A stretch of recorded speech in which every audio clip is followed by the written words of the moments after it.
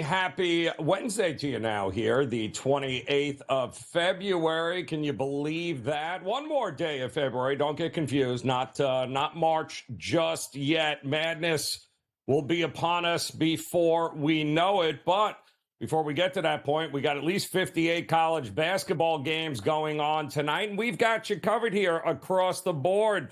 Joe Raineri here, and it is Game Time Decisions on the SportsGrid Network. And in addition to those 58 games on a very busy Wednesday here in college hoops, we got 6 in the association. It was a loaded card last night. 6 games here tonight. We've got plenty to discuss with these games coming up, including the Battle of L.A., a little late night special there between the Lakers and the Clippers coming your way. We also have a birthday or two in the association here tonight, including Luka Doncic, who is turning, I believe, 25. I could have sworn the guy was at least 30 some odd years old, but apparently not. It just feels like he's been around forever here. But Luka tonight on the road in Toronto, trying to bounce back after a just horrific loss last night against the Cleveland Cavs in that Max Strus game of the century, which included a buzzer-beating half-court three-point shot that hit absolutely nothing but net. So we'll see if they have what it takes to be able to get back in the win column here tonight and celebrate the birthday the right way here. And we only have a couple of NHL games because that schedule continues to be head-scratching, as you either have 12 games, you have 2 games, and there's really nothing in between. It's kind of very strange here as we welcome in our radio audience from around the country here tonight. It is Game Time Decisions on the SportsGrid Network. I'm Joe Raineri. We've got plenty of hoops action here between the NBA as well as college basketball as we're getting to that time of year where, the regular season coming to a close, just about another 2 games or so for most teams. And then, of course, we'll be starting conference championships before you know it. Can you believe that? Conference championships will be here. It will be the only opportunity many teams across the country have in order to be able to head to March Madness and make the tournament. Otherwise, it could be the CBI or NIT, if they even still hold that, those kinds of ancillary tournaments here outside of March Madness. But needless to say, there is plenty on the line here tonight across the board in a lot of the major conferences. So one of the games that stuck out to me here tonight is in the ACC with Virginia, who it feels like has not won a game in a very long time, mostly because they haven't. I believe they have lost 3 out of their last 4. They can't shoot. They can certainly still play defense. And they got to go on the road now to take on Boston College here tonight, that is also doing everything they can to try and stay relevant. But Virginia, my goodness, they are kind of in a do-or-die situation from this point forward, including, I believe as it stands, many of the bracketologists, try saying that fast, bracketologists have Virginia as one of the first 4 in, which does not leave them a whole lot of room for error, with a whole lot of teams kind of at that bottom that are trying to vie for as many wins as possible over the next couple of weeks, and then hoping to put on a show in their conference tournament. So a ton, and I mean an absolute ton at stake here for some teams across the board in college hoops, and we'll go over plenty of those games coming up. In fact, I think we already had one in the books today, a little early start with American handing Army a absolute beatdown, 73-51. We do have Boston University and Lehigh getting ready to go at it here. And in bottom of the hour, we do have a few 6:30 games, including number 24, Florida, getting ready to take on Missouri, who, if I am not mistaken to this particular point, Dennis Gates, the head coach of Mizzou, one of the better head coaches in the country. I don't believe they have a conference win yet this season. That's 0 wins inside the SEC, and that is not great. In the meantime, Florida coming in at number 24 with Coach Golden there. Florida has pretty much done everything to already solidify themselves no matter what happens, really, from this point forward. They have enough quad 1 and 2 wins here where it really doesn't make much of a difference how they do in the SEC tournament.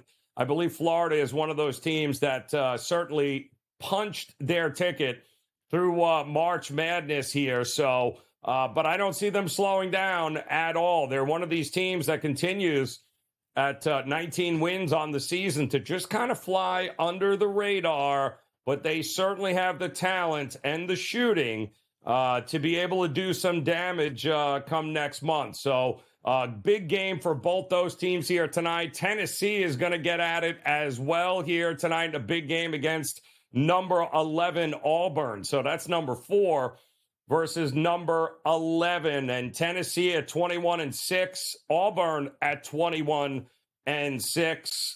It's a big game here. Auburn has kind of watched the wheels fall off here a little bit over the last couple of weeks. They've dealt with some injuries. They've got a few issues, to say the least here, but they can make all of that go away with a win on the road in Knoxville against Tennessee here tonight, who quietly is one of the top 4 best teams in the country that nobody seems to be talking about, with a lot of returners from a year ago. They're also laying a touchdown in this game against Auburn, with that total hovering around the 152 mark. So we've got some top teams, obviously, in action here tonight with some games that mean something.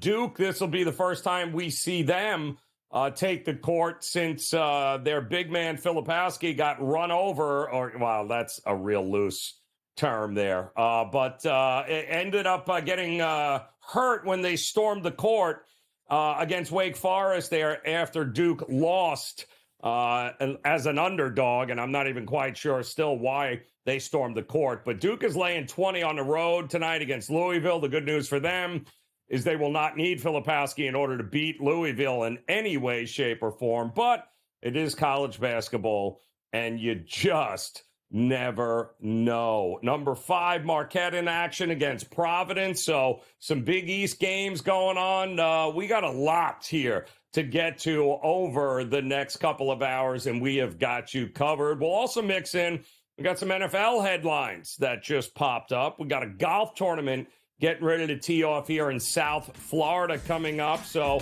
a lot to get to. We're just getting started. Game Time Decisions continues here on the Grid.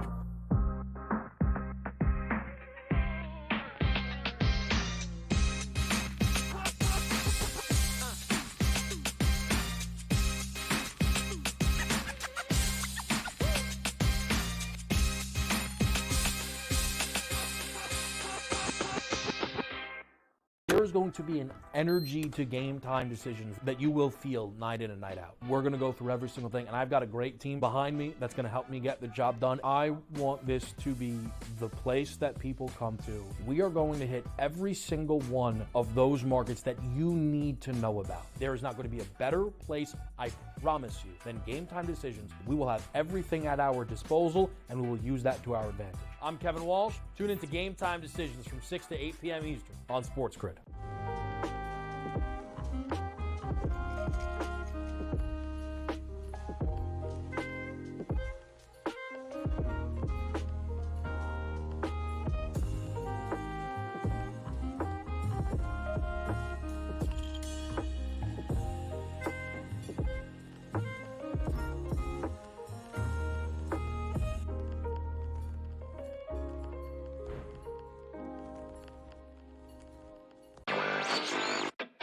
It's rare in this day and age of the NBA to, miss one player and have the wheels fall off. They're kind of hanging on to one of those final play-in tournament positions in the Eastern Conference. And there are teams like the Nets and the Bulls and the Raptors who are right in that same vicinity, who now they're looking and saying, well, if the Hawks are without a player like Trae Young, and we talk about how important he is, averaging over 26 points. Newswire, only on SportsGrid. Watched the final seconds of Illinois and Penn State, and by Dave's reaction, you think you know what happened there. How about that, Dave? How about that? We're off the rundown. Sorry. Storm the court. You beat the 12th team in the country. That's fine. Second best in the Big Ten. That's fine. We are Penn State. Look at the crew jumping. This is so much fun. In-game live, prime time, only on SportsGrid. It's smarter to be on SportsGrid, your 24/7 sports wagering network. The early line. Magical and historic season in Lincoln, Nebraska continues. He is the best player in the NBA, but also in the biggest moments where the national media is watching. Newswire. Something that we have never seen happen before with one of the iconic coaches in the game. Pharrell, coast to coast. The team covers. It's automatic. It's every time. Not sometimes. It's every time. GameTime Decisions. Luka is actually far more dangerous from three on the road this year than at home. This game here tonight, you may want to consider taking as many points as humanly possible. In-game live, prime time. We got not one, but two coaches fired systems in place. Sports Rage This Late sort of Night. has letdown written all over it. It's going to be hard to match the emotion that they played with the other night. It's smarter to be on SportsGrid.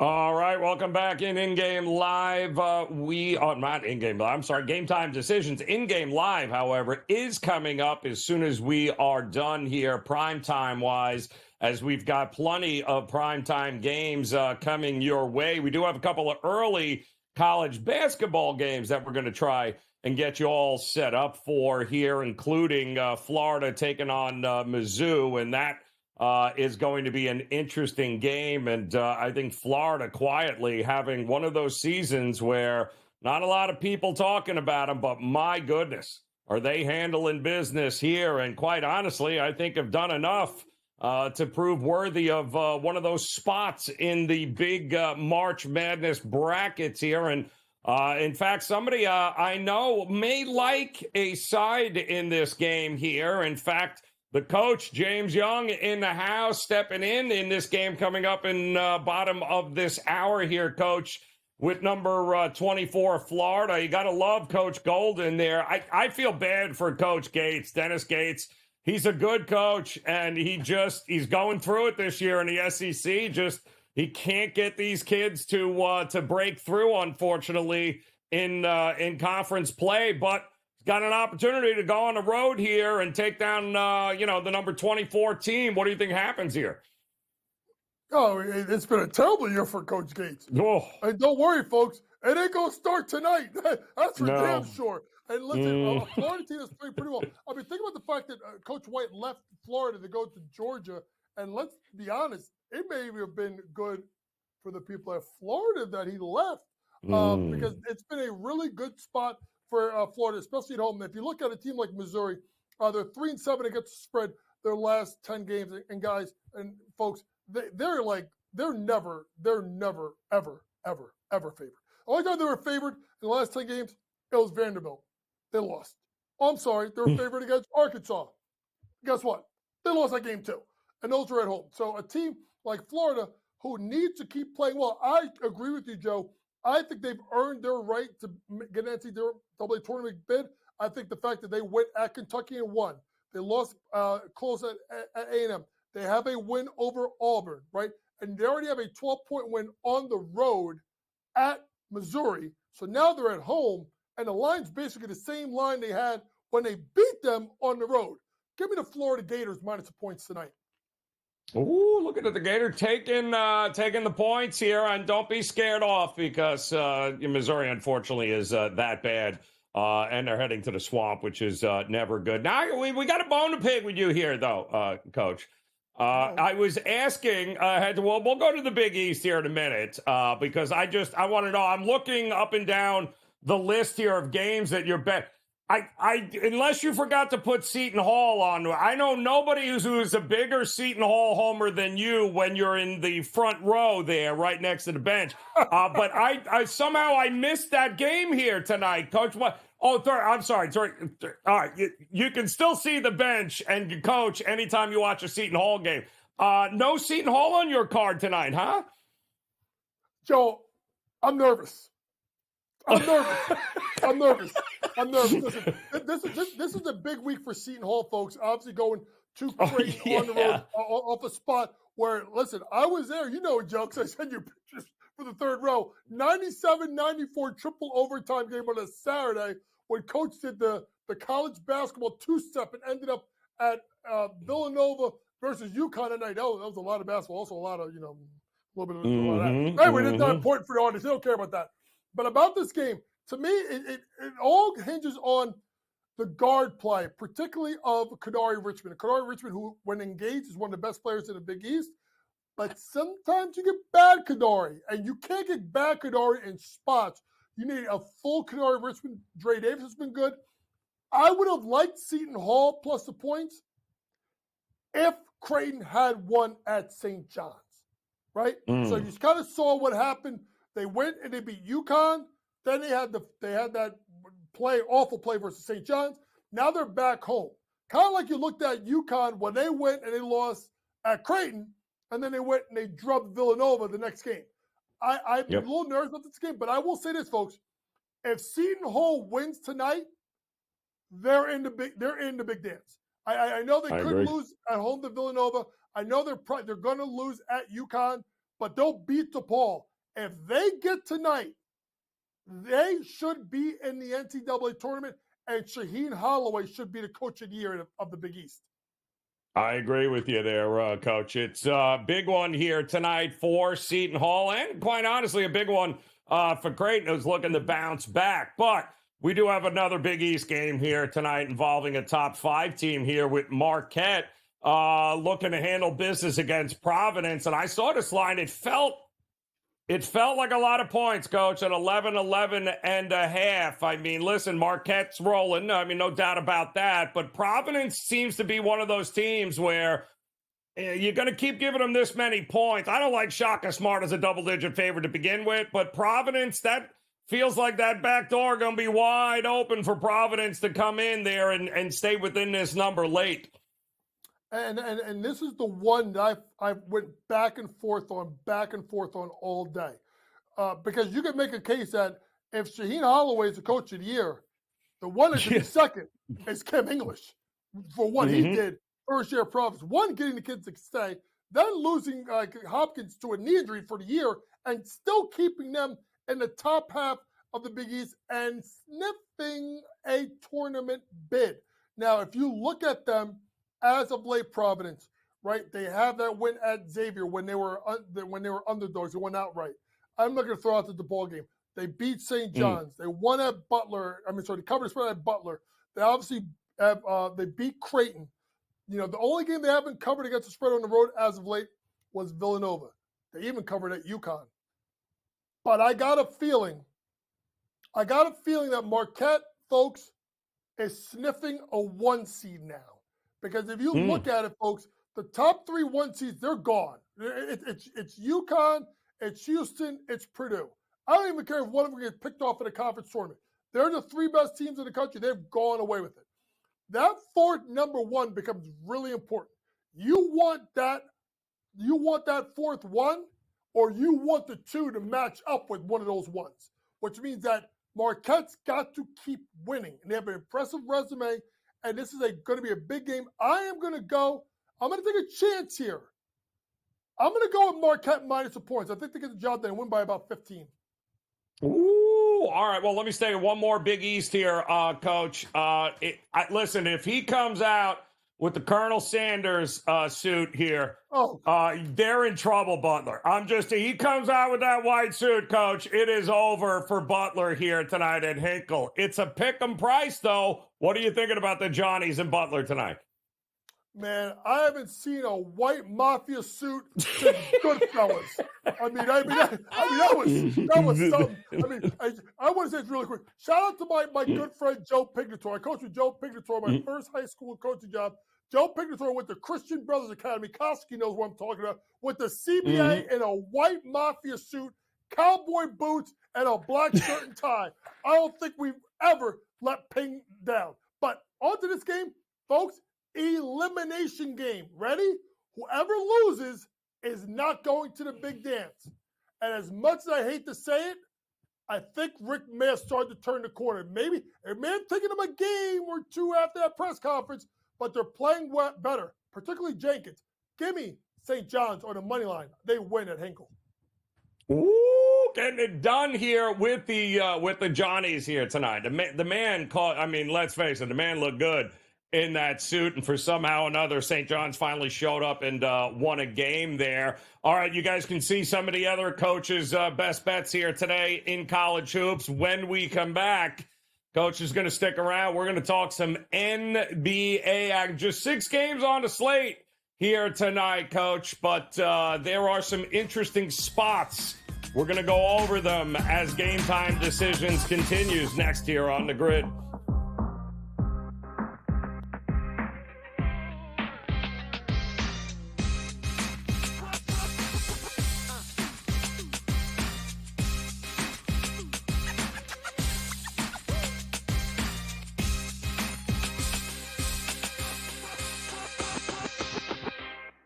There is going to be an energy to Game Time Decisions that you will feel night in and night out. We're going to go through every single thing, and I've got a great team behind me that's going to help me get the job done. I want this to be the place that people come to. We are going to hit every single one of those markets that you need to know about. There is not going to be a better place, I promise you, than Game Time Decisions. We will have everything at our disposal, and we will use that to our advantage. I'm Kevin Walsh. Tune into Game Time Decisions from 6 to 8 p.m. Eastern on SportsGrid.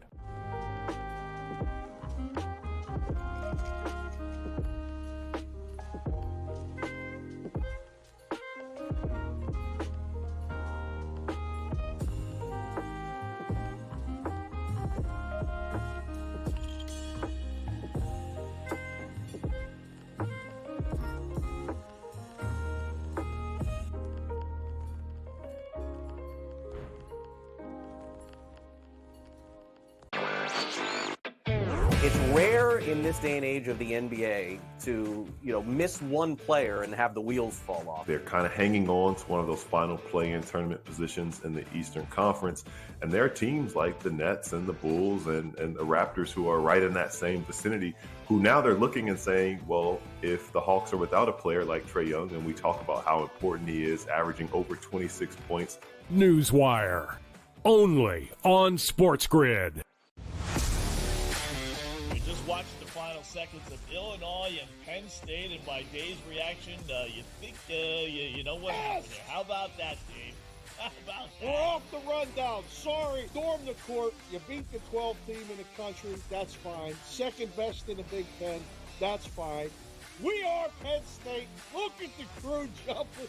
This is so much fun. In-game live, prime time, only on SportsGrid.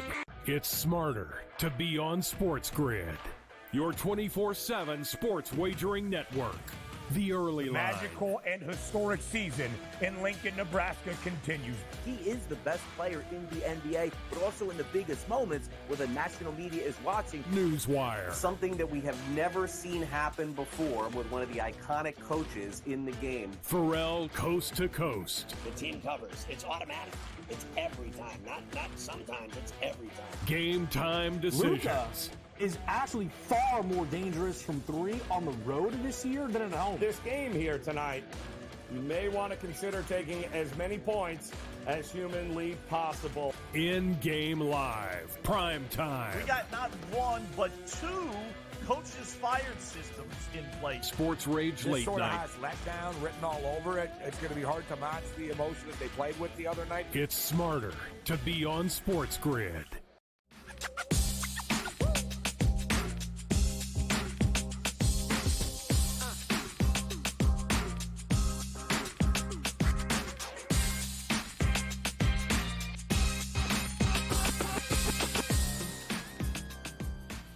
All right, welcome back in. Game Time Decisions here on this Wednesday now, February the 28th. Joe Raineri alongside the coach, James Young, as we talk some college hoops coming up. Nice slate of games there in the college side. Only 6 games here in the association tonight, but certainly some intriguing spots here in the NBA tonight, Coach. And we'll start with one of these games that is going to be starting early with, how about them Indiana Pacers here tonight, Coach?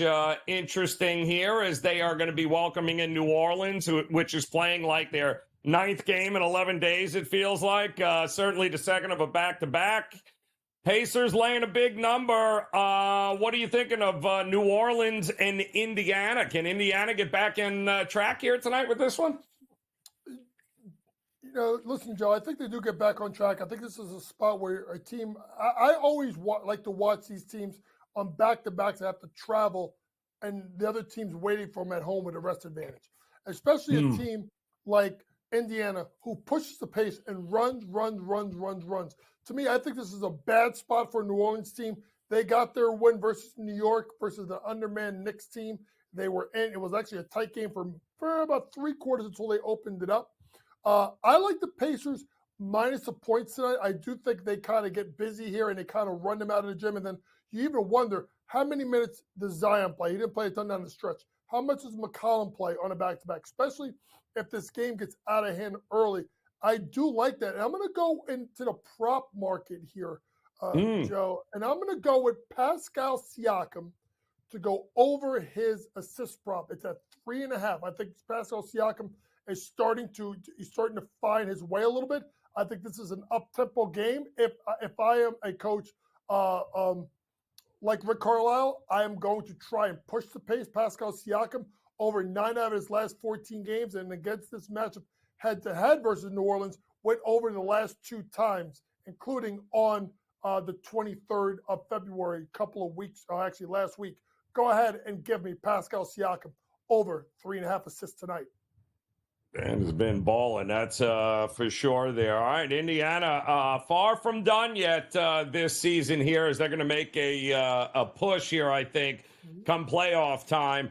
We also have a birthday or two in the NBA here tonight, and one of the birthdays they're going to be celebrating in Toronto as Dallas and Luka will be celebrating here, although I don't know, they're probably not very in a celebratory mood after that Strus debacle last night in Cleveland. But they have an opportunity here to forget about that rather quickly. Tough spot for Dallas. The thing that just amazed me about this is, Coach, he's what, 25? What? Like, damn, dude, how it feels like he's been around forever. And the kid is turning 20, and he's 25 years old. It's absolutely unreal. You could argue that before the age of 25, he has one of the greatest careers in the history of the NBA. Oh, I mean, if you really think about it, and this is a spot here, folks, where it was a wild game, and and I may sound crazy.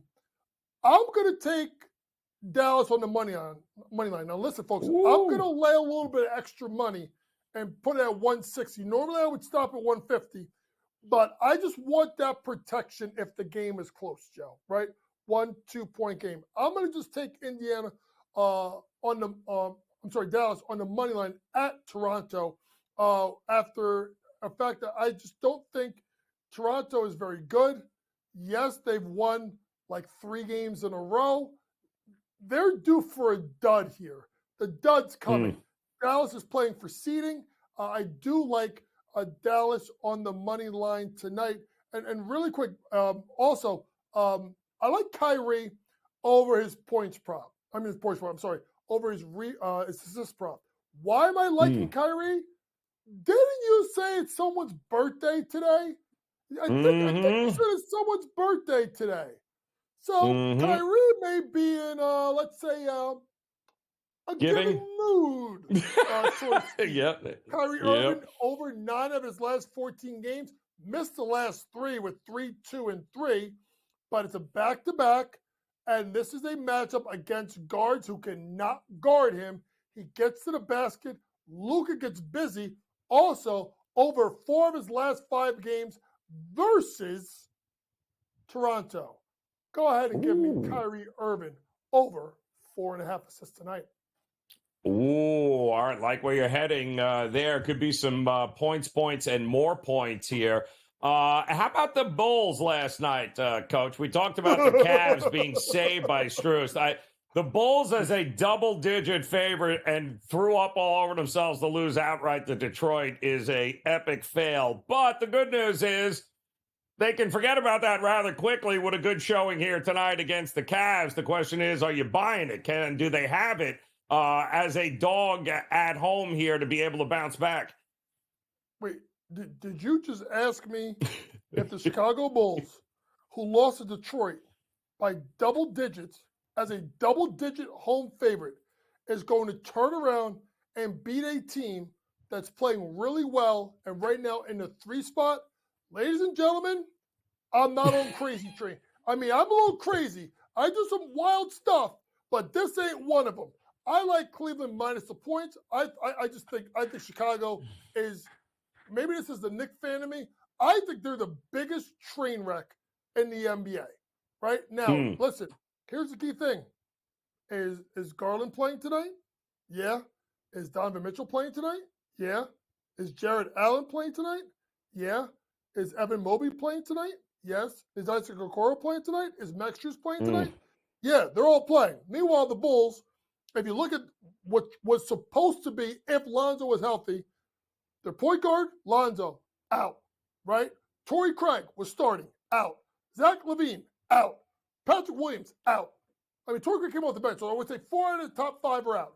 All you got is Big Moose and DeRozan, right? Chicago's terrible. And we have a team playing for something. I'm going to go ahead and I'm going to take Cleveland minus the points. And then for the prop market, I'm going to go to Darius Garland. I'm going to go to Darius Garland made threes. Now, here's my thought process with this. Number one, if you are Chicago and you have your best defender, and that would be Alex Caruso, he's guarding Donovan Mitchell, right? So that means someone else can go off here.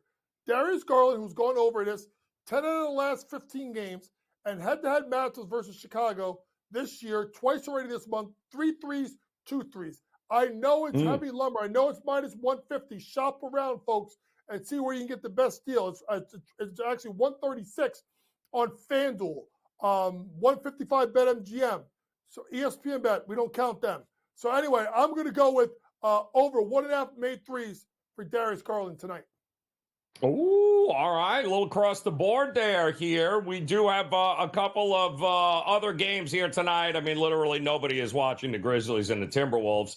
But there will be some people interested in what's going to happen in Denver as the Kings come into town here. Both these teams had off last night, Coach. Feels like a huge number at 7.5 for the Nuggets. I mean, they've been beating up the Wizards in Detroit here since the All-Star break. Big deal here. The Kings are 3-0 against the number against them. They've battled hard here against the Nuggets here. Is that too big a number for you, or is that you all right with laying that with the Nuggets here tonight? I'm okay laying it with the Nuggets tonight, Joe. I mean, I think this is a good spot, and I think, if I'm not mistaken, I think they've gotten embarrassed a couple of times, if I'm not mistaken. They've embarrassed them, Sacramento. So I think this is a matchup where you may get a little bit of a revenge factor here. The last matchup, 102-98 Sacramento and Denver as a 6-point favorite for Denver. Earlier in the month, 135-106, 30-point blowout. I think we're going to get a pissed off Denver team, a Denver team that needs to get going. They're rightly priced as a favorite to come out of the Western Conference. I absolutely love that tonight out of them. I think they get the job done. And then I'm going to go to my guy. You know, come on, Joe. We're going old school. Ready? Reggie. Oh, I knew it. I knew it.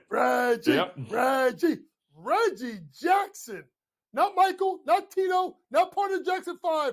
Reggie Jackson. I don't think there was a Reggie Jackson in the Jackson 5. But anyway, it's not important. Reggie Jackson, over 12.5 points, rebounds, assists, over an 8 out of his last 14 games. And then if you look at it versus head-to-head versus Sacramento, the 3 games this year, 29, 13, 26 combined. Now, you think about this, folks. He's on the second unit, right? But think about this for a second. Fox, not a strong defender. Whiter, not a strong defender. Who's the second? Who's the big guard off the bench? That's Malik Monk. He don't ever play no damn defense. Reggie gets busy. Reggie Jackson, over 12.5 points, rebounds, assists. Love it. All right, at the end of an era coming here, Coach. The final time the Clippers and the Lakers will battle one another in the same building because the Clippers are moving to Inglewood, like everyone else is apparently there, into a new building next year. No Paul George here. You leaning one way or the other in the Battle of LA here? I'm going to stay away. And by the way, shout out to Dr. Dre. Englewood always up to no good. But you know who's going to be good tonight? All hail to the king. LeBron James, over 1.5 made threes.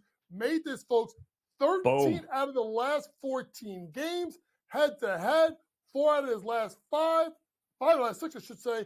The king hits 2 threes, minus 140 for LeBron James, over 1.5 made threes. That was amazingly Swiss flag of you there, Coach. Appreciate it as always, Coach James Young. More Game Time Decisions coming up here on the grid.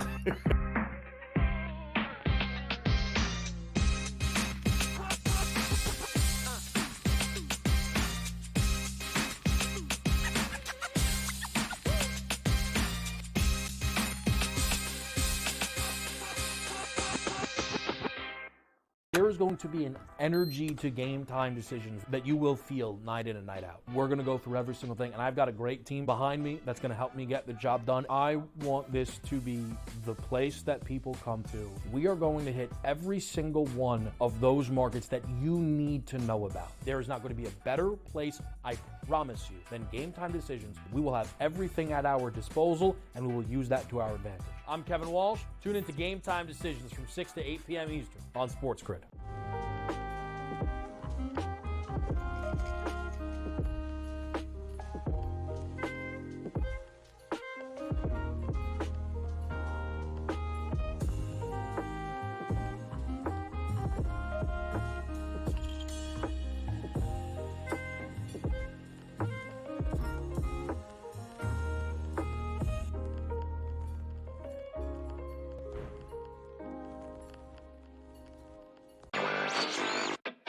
It's rare in this day and age of the NBA to, miss one player and have the wheels fall off. They're kind of hanging on to one of those final play-in tournament positions in the Eastern Conference.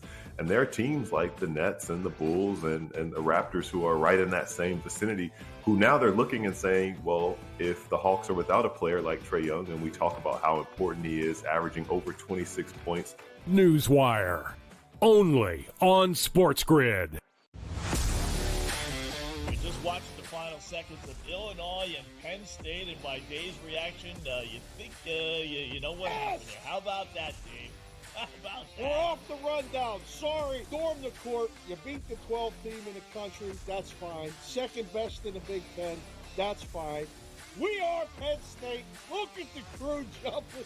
This is so much fun. In-game live, prime time, only on SportsGrid. It's smarter to be on SportsGrid, your 24/7 sports wagering network. The early line. Magical and historic season in Lincoln, Nebraska continues. He is the best player in the NBA, but also in the biggest moments where the national media is watching. Newswire. Something that we have never seen happen before with one of the iconic coaches in the game. Pharrell, coast to coast. The team covers. It's automatic. It's every time. Not sometimes. It's every time. Game Time Decisions. Luka is actually far more dangerous from 3 on the road this year than at home. This game here tonight, you may want to consider taking as many points as humanly possible. In-game live, prime time. We got not one, but two coaches fired systems in place. Sports Rage This Late sort of Night. has letdown written all over it. It's going to be hard to match the emotion that they played with the other night. It's smarter to be on SportsGrid.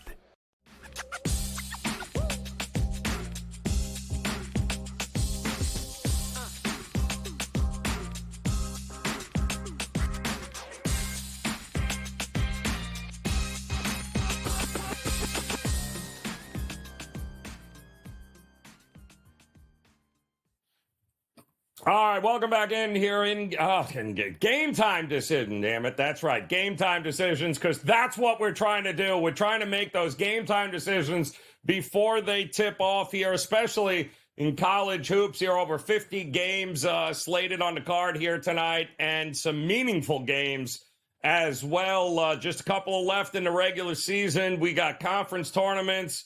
We got a lot still to be decided here, and nobody better when it comes to college hoops than Colby Dant stepping in for us here, my man. We appreciate you taking the time to come and talk some college hoops here, because we do have some interesting games here tonight. There are some teams back against the wall. I mentioned it earlier. You and I, we were on a show together over the weekend on In-Game Live, and we could not stop laughing at Virginia trying to score buckets. It just never happened. Any which way, every time we turned around, they couldn't score. They are kind of like in must-win territory from here on out. They're on the road with BC. It's a pick 'em. Like, if they start making some threes, I think they blow out BC. But my goodness, they have become just an anomaly across the board. I don't know what to do with Coach Bennett and Virginia anymore. Oh, I mean, I think this is a bad team. If anything, it's a testament to Tony Bennett, the fact that they've already won 20 games, which is unbelievable. And look, they lost in Chestnut Hill a year ago. So if they better bring their A game here, because I saw Lenardi's bracketology this morning, had him as the last four in. So critical game there. I don't want to fade Tony Bennett, but when I watch Virginia, I don't see a very talented team. They lack athleticism. They lack scoring options. So it's hard for me to feel great about them on the road, but I'll just trust Tony Bennett. He's got 20 wins. Give me the Wahoos in Chestnut Hill reluctantly. It's got to be. You got to start making some threes at some point. My goodness there. Coming up top of the hour, though, a couple of top 10 teams here, or top 11 teams battling, with Tennessee taking on Auburn here. Kind of gone the other way for Auburn lately, dealt with some injuries here, and Tennessee might be one of the best 21-6 teams nobody seems to be talking about, but they are a top 5 team, and they are brutally hard to beat at home. What are you looking at in this one? It feels like a big number. I still got to lay it, man. Auburn's got to prove it to me on the road. I mean, yes, do I think Auburn could be Final Four good this year? I do, but man, the last couple times they've played on the road, they lost by like 30 in the Swamp against Florida there. And they just had struggles to me every time they hit the road when they went to the Mississippi schools. It's just at home at the Jungle, such an advantage. So when you go elsewhere, they got to prove it to me. Meanwhile, Tennessee's 13-1 at home. Their only loss was strangely to South Carolina. But I do believe that Rick Barnes' regular season, I love betting on Rick Barnes' regular season. So yes. I'll lay the points there at the Thompson Arena or whatever. That place will be packed. That's a legit home edge. I think that's all the difference. As I know, Bruce Pearl, obviously, used to coach there in Knoxville through a heck of a barbecue. So I just think Tennessee at home, they're a veteran team too. That's the thing. Is Auburn is a little younger than Tennessee. Tennessee's a veteran team. I think they take care of business. They have the 1 seed in the SEC tournament, I think, in sight.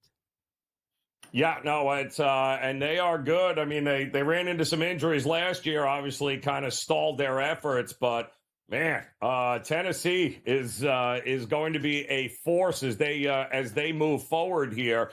We talked about Virginia not being able to lose a game. I'll go out west and say Oregon has also given up any opportunity for room for error. Oregon has to win against Oregon State here tonight. I'm not running to the window to lay 14, but Oregon cannot lose to the damn Beavers of Oregon State here. And what the hell happened to Dana Altman, by the way, as a coach? The guy was fantastic, and now he's basically one loss away from missing the postseason again. It's kind of mind-blowing. It really is. And I mean, over the years, it's been injuries, and Fali Dante, I feel like, is never healthy. But you're right. You'd think, I thought last year's team was way more talented than their final record. I've seen projections saying maybe he retires after this season. Maybe, it's just he's not on that level. I don't know. But Oregon State is horrible on the road. I mean, I know this is the Civil War on the hardwood, but Oregon State, and I think they got to start thinking about, I know Wayne Tinkle had that Elite Eight run a couple years ago, but they have been really bad ever since then. I think they might need to be, perhaps looking for a coaching change there too. But I just can't take a team that's 1-8 on the road. And if you watch the first one where I was on Oregon State in Corvallis, I got very fortunate to cover that game. Oregon was up the entire game by bigger than the spread. And down the stretch, the Beavs made a couple plays to steal the cover. I'm with you. I think the Ducks, I don't love laying that many points because I think they could be up 20 and just bring in the backups. But I think they're just a way better team, and the fact the Beavs have struggled so bad on the road this year, you got to ride with the Ducks. I mean, the Beavs are 261st in defensive rating. That's not going to get you anything, and 288th in offensive rating. So Ducks, I think, big in a critical game for them.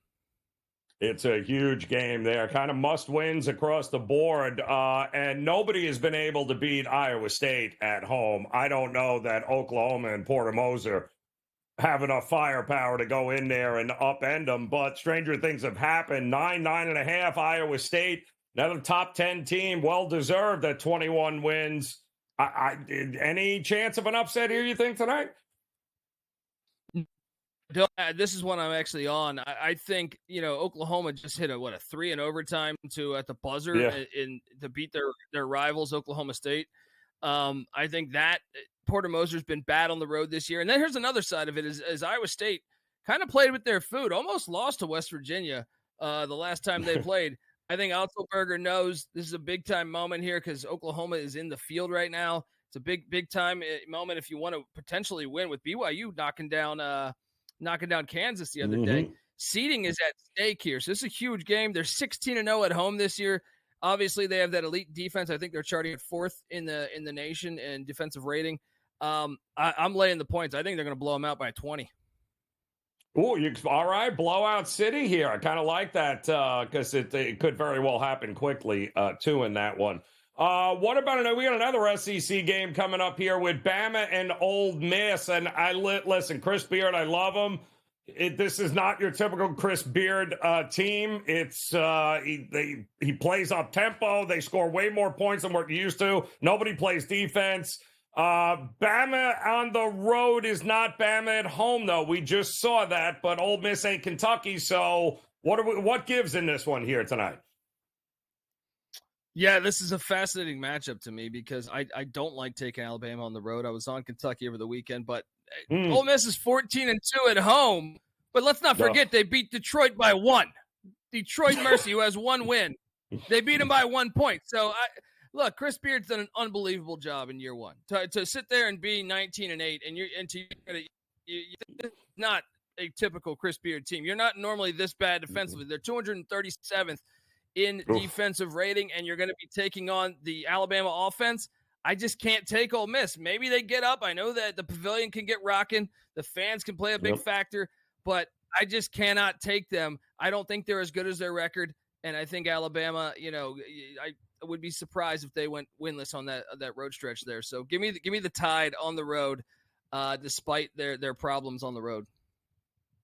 I don't know what to make of South Carolina, but I know Texas A&M. This ain't good. But they are home. What do we do with South Carolina and A&M here tonight? Can they continue South Carolina to rack up the W's? Oh, Lamont Paris should probably be coach of the year. Him or Kyle Smith. Absolutely. But, just unbelievable story. Look, I was high on South Carolina in the preseason, but I wasn't this high on them.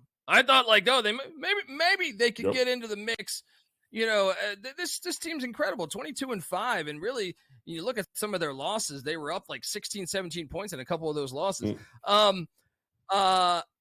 I got to ride A&M, though. Having said all of that, I think Buzz Williams is in a desperate spot. I think his job could eventually be on the line. Actually, the best thing that ever happened to him was Jimbo Fisher, because maybe they give him another year based on that $75 million buyout in football. But A&M, this is a veteran team. This was supposed to be his best team. You go back and read much of the preseason publications. A&M was supposed to be a top 2-3 team in the SEC, and they have disappointed.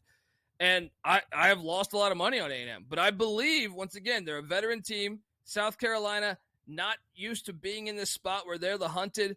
This place will get lit. I do think the fans can be a real factor here. I'll lay the 5.5. A&M, if you don't win this, your season's done. Your season's done. So to me, lay the 5.5 and take a shot on the Aggies here. I'm kind of with you here. You and I, we talked about, Brad Underwood, Illinois, maybe on the road. They are home. Minnesota was one of the best and still one of the best ATS teams all season long. They've been pure money, but boy, they got it handed to them here last game out. But 11.5 here. Do we trust Illinois at home enough to run away with this? No. I think if you watch that Iowa game, they ended up winning by 10 and covering. Iowa was getting 9.5. That was like a 2-point game majority of the way into the final 3 minutes or so. A horrible beat if you took the Hawkeyes. But Minnesota, as much as I kind of think they're not for real, Ben Johnson's done an unbelievable job this year, considering I know the non-con schedule was a joke, but just in general, it's been a long time since they had a winning season in Minneapolis. So I do believe he's building it. And I just think Illinois has a tendency to play with their food. Maryland went in there and won. Maryland's one of the worst teams in the Big Ten. I thought Iowa, like I said, was the right side. Unfortunately, it didn't work betters, but I think Minnesota plus 11.5. I think they could stay around enough in this game with some of their veterans that they got. They went out in the portal, and I thought were pretty aggressive about bringing in some key veterans. I think they could just stay in this game. Illinois just has a tendency. I don't like them laying double digits in most Big Ten games. So give me the points there. I know Minnesota's 2-6 or whatever on the road, but I just think they could stay in this game, and they're a covering machine. Why would you fade them right now? Yep. Yeah. I mean, it wasn't great against Nebraska. Maybe a little bounce back here from them. And like you said, Illinois just can't be trusted double digits. I don't care where it is. Creighton bounce back, in your opinion, here tonight, or does Seton Hall solidify their ability to not really have to worry about anything they're in? I have a hard time taking any Big East team in Omaha. I know Nova won there surprisingly early in the year, but I got to lay the points with Creighton here. I know Seton Hall I do think is a good team and a team that maybe could get to the Sweet 16 this year, but I just think it's a bad spot. Creighton coming off the loss. I'll lay the 9.5 or 9, whatever it is right now. The Blue Jays at home are just a different team. I think if they played the tournament there, they might win the tournament every year. So I will lay the I'll lay the big number there. Their offense, they have too many guys. They have 3 or 4 guys create shots on their own. They're so hard, and then you get the momentum of the crowd behind you. It's just hard to win there. I think they win by 15, 16 points there.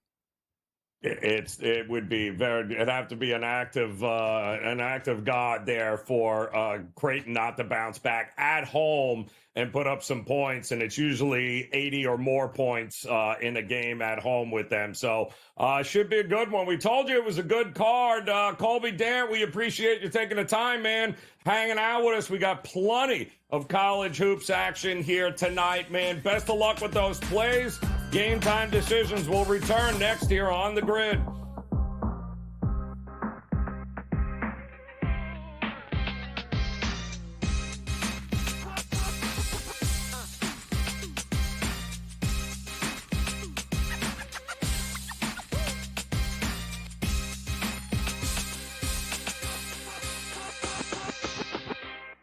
There is going to be an energy to Game Time Decisions that you will feel night in and night out. We're going to go through every single thing, and I've got a great team behind me that's going to help me get the job done. I want this to be the place that people come to. We are going to hit every single one of those markets that you need to know about. There is not going to be a better place, I promise you, than Game Time Decisions. We will have everything at our disposal, and we will use that to our advantage. I'm Kevin Walsh. Tune into Game Time Decisions from 6 to 8 p.m. Eastern on SportsGrid.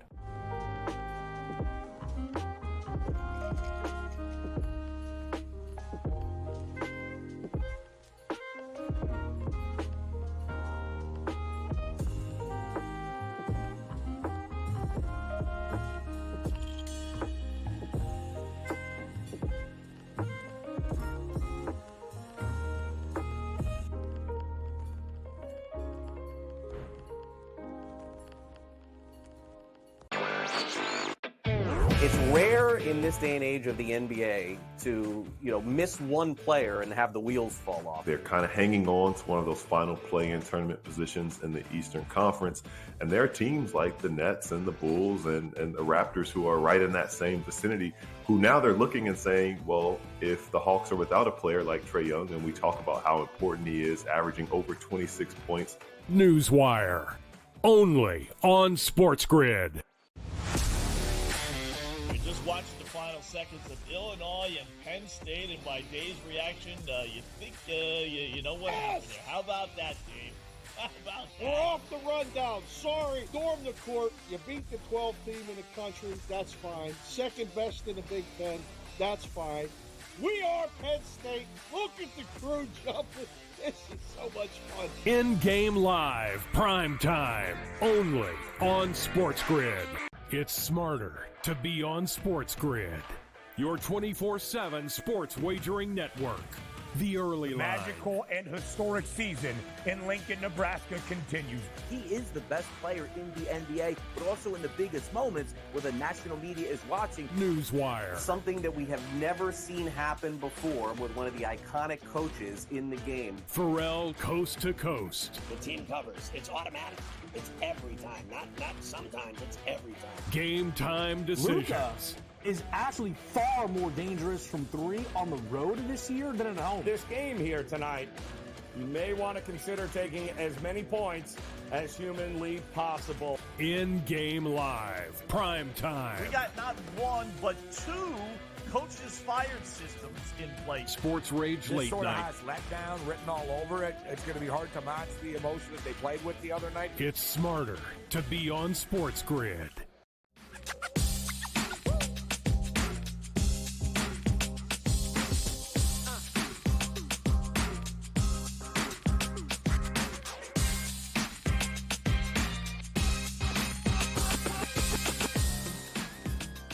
All right, welcome back in. Game Time Decisions here on the Sports Grid Network as we wrap up this first hour. We've got much more to get to coming up as just a couple of games in the NHL tonight. Again, real strange scheduling with the NHL here. But with two games means there's, without a doubt, a couple of plays we can come up with for you here. George Kurtz will join us in just a couple. And don't forget, there's a lot of baseball being played. Spring training in full effect here, which means Major League Baseball will be back here in just a few weeks. And there is plenty to go over in that arena. Don't forget, plenty of win totals out already and MVP odds. And Ohtani already dominating headlines here in spring training as a DH for the Dodgers. So there are still a couple of key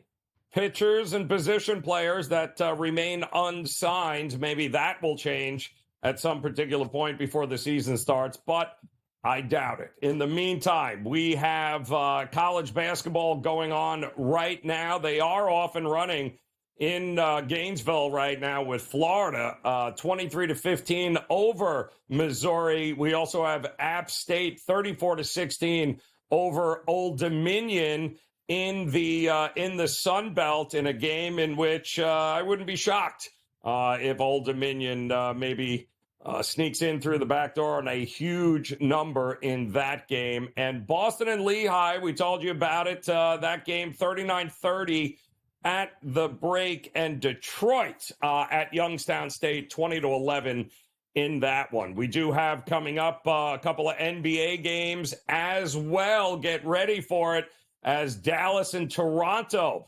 will kick it off here coming up next hour. The Pelicans and Pacers, and then, of course, Grizzlies, Timberwolves, Cavs Bulls, the Battle of LA between the Lakers and the Clippers, and the Denver Nuggets, the champs, taking on the Sacramento Kings, and we've got you covered on all of it on Game Time Decision, and we're back after this.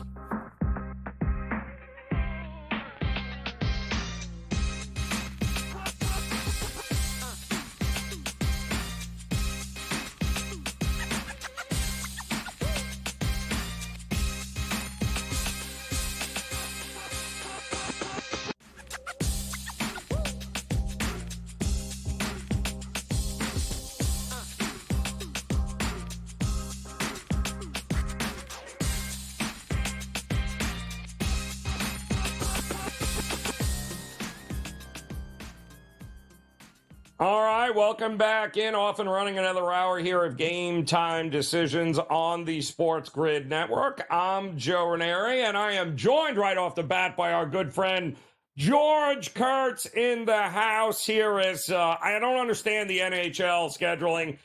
You get all these games last night, you get 2 tonight, a few more tomorrow, and then you get it's like feast or famine here with the NHL. But at least we have a couple of decent games, depending on how you're going to look at it here, between the Blues and Edmonton, and the Rangers taking on Columbus here. So a couple of games on the ice. We'll start with Edmonton, right? I mean, there's no way Edmonton loses to the Blues, who I think, have lost 5 out of their last 7. It has not been a good run here for St. Louis, but this is a game Edmonton should win, and should win easily, no? Well, you would like to think so, right? But you don't know what Blues team is going to show up. The Blues, they have some players here, and you mentioned they're struggling of late. Bad timing for the Blues. The trade deadline is 9 days away here. They're sort of making it easy for management of which way they're going to go here. But Edmonton, they started the season very poorly. They went on the massive win streak, and now they've been so of late. They've been an average hockey team. So, do I think they're going to win? Yeah, of course I do. Do I think it's going to be easily? Probably not. They've been getting up to slow starts, right? Last couple of games, they don't show up to a third period, and also they turn it on when they're trailing by a goal or two. That being said, I'm on Edmonton. I lean towards the over as well. I think you can play this game. You're not going to bet Edmonton on the money line, right? So it's either, parlay. We'll do a parlay with the early game, or maybe you want to take Edmonton on the goal line, or take Edmonton and a goal scorer. And anytime goal scorer, I don't mind that. And if I was going to say goal scorer, I think you're looking at Zach Hyman or Leon Draisaitl. Oh, of course, yeah. I mean, if it's a blowout city, it certainly will pay to have some Edmonton Oiler anytime goal scorers in your pocket for sure. The other game here tonight, I feel like we just watched. Oh, yeah, we did, in fact, Sunday. And Columbus, if I'm not mistaken, beat the Rangers. In fact, ended their, I think it was their winning streak of 11 games. They were trying to make it 12 in a row, and the Blue Jackets said absolutely not. But the only reason I'm turning into this game here is because I have to see this kid again, Rempe, who was learned a very valuable lesson there in that game Sunday, where you listen, I get it. You're 6'8". You're picking on dudes 6 foot. You better know what you're getting yourself into, because he got himself a butt whoop in there in that game, and then eventually the Rangers lost. Do they get back here tonight against Columbus? That was a great fight, man. That was an all-time hockey fight. They were throwing haymakers there.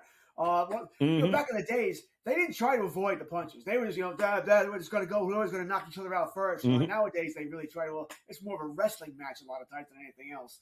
But that was a great fight there. And as you said, Rempe paid the price. He got the black guy going now here. I think they get revenge tonight. I don't see any way on God's green earth that Columbus, a non-playoff team, is going to beat the Rangers twice. Maybe you caught them off guard in Columbus over the weekend. Fine, you ended the winning streak. Rangers got to be a little angry about that, right? You want to get some revenge tonight. So, yeah, I'm on the Rangers tonight. Like I said, 2 games tonight. It's an easy parlay favorite for me. You take Edmonton, you take the Rangers. I know I was talking to Gabriel. He has -124. I have -117 on the same parlay here. If you don't want to go that direction, once again, go to the goal line here. Rangers should win by 2, I would think. So I think you're kind of safe there. Or find your favorite goal scorer. Maybe it's Panarin. Maybe it's Chris Kreider. And you go that direction as well. So I think there are three ways you can play it. Right now, the game's going to start momentarily. I have the parlay. Give me the Rangers and give me the Oilers. Yeah, I mean, what are they? 20-7 at home, the Rangers this year. They have been good. And don't forget, on Sunday, they were on the second of a back-to-back, the Rangers there. Columbus hadn't played a game in 3 or 4 days. They were well rested. It was not a great situation there for the Rangers. This is not going to be a great situation. I'm kind of with you here for Columbus, but I do think maybe the under may not be a bad look. I mean, listen, if Columbus showed anything, they showed a little bit of heart. They were in no mood to be pushed around by the Rangers here. So 6.5 felt kind of like a big number there. So I wouldn't be opposed to saying maybe fewer goals than more goals. Kind of exactly what we got there on Sunday. I don't know that changes, except for maybe the fact that the Rangers just, they get a 3-1, 4-1 kind of situation here. I lean the under as well. I'm not going to take it, but I do lean the under. Everything you mentioned there. This does smell like a 4-1. I kind of got shut out in my head. Like I said, I think the Rangers are that angry. Yeah, okay. Maybe a 4-0 shutout here. I'm once again not going to play that either, but just ringing in my head here. It's at the Garden tonight. The Rangers have got to be angry at what happened here. Once again, the Jackets ended that 10-game winning streak or whatever it was. So it's going to be a little bit of an angry team here. So I lean under as well. I think I'm assuming it's just lurking in net. I should have checked that. And he's played much better of late. Rangers get a method of revenge tonight against the Jackets. Yeah, let's not a bad way to look here as the NHL just 2 games on the ice here. And what are you? So what's been your as we get ready for the trade deadline? It's coming up. It's just around the corner here. There aren't a ton of obviously big name players, somebody that's going to move the needle, but there's got to be a team or two that's going to be really active here to try to bolster their chances down the stretch here. And there's got to be some sellers. Who's the sellers, you think, in this market? Is Pittsburgh? Is who's going to be just unloading, you think, here, pieces? Well, you just named probably the most interesting team, the Pittsburgh Penguins. Right? They're sort of in the playoff hunt. They beat Vancouver in overtime the other night. Right, so they're taking care of business of late, but are they really a threat to win the cup no matter what they do? No. And we heard General Manager Kyle Dubas say about 10 days, 2 weeks ago, that he's probably going to trade Jake Gensel. Gensel is currently on the IL, has an injury, but he's expected to return right around the deadline. 10 to 14 days here. And he's a free agent. They don't think they can re-sign him. They have too many other big contracts, Malkin, Crosby, Letang, Carlson, so they're going to have to move him. That's a big piece to move. And, you'll hear Dubas say the right thing. So we hope to acquire players who can help us this season. That never happens. How can you trade to a team that wants Gensel and is going to trade you back players that can help you this season? No, they want to trade you draft picks and prospects. They're going for it here. So I think Pittsburgh is in a tough spot here. But I think Gensel does get moved here. I think the other team you're looking at, Joe, is the Calgary Flames. Markstrom. The Devils need a goaltender. I have to have one. They have to. This trade almost got done, once again, about 10 to 14 days ago, but the Devils wanted the Calgary Flames to eat some of the salary. And the Flames said, no, everybody wants Markstrom. We don't have to do that. We'll trade him someplace else here. So it's who blinks first here, but the Devils have to get Markstrom. Calgary also has Noah Hannafin, who's maybe the top defenseman available here. They want to sign him, but once again, if he doesn't put pen to paper by next Friday at 4 o'clock or 3 o'clock, whatever the deadline is, they've got to move him, and he'll bring back a pretty penny as well here. It looks like a Tampa Bay Lightning could be a spot for him. Ooh, like that. All right, we'll talk some MLB coming up next here, Game Time Decisions.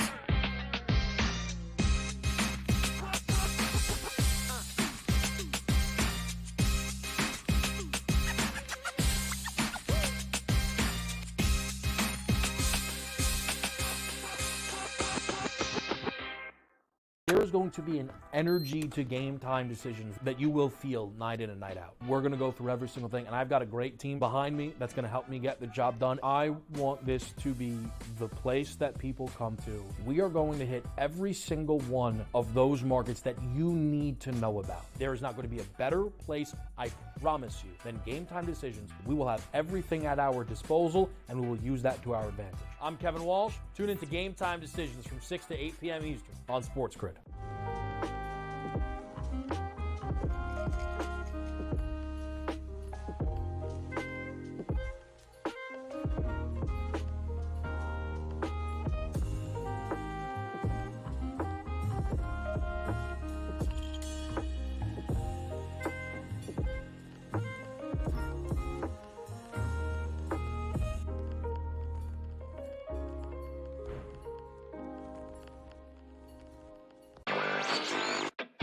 It's rare in this day and age of the NBA to, miss one player and have the wheels fall off. They're kind of hanging on to one of those final play-in tournament positions in the Eastern Conference.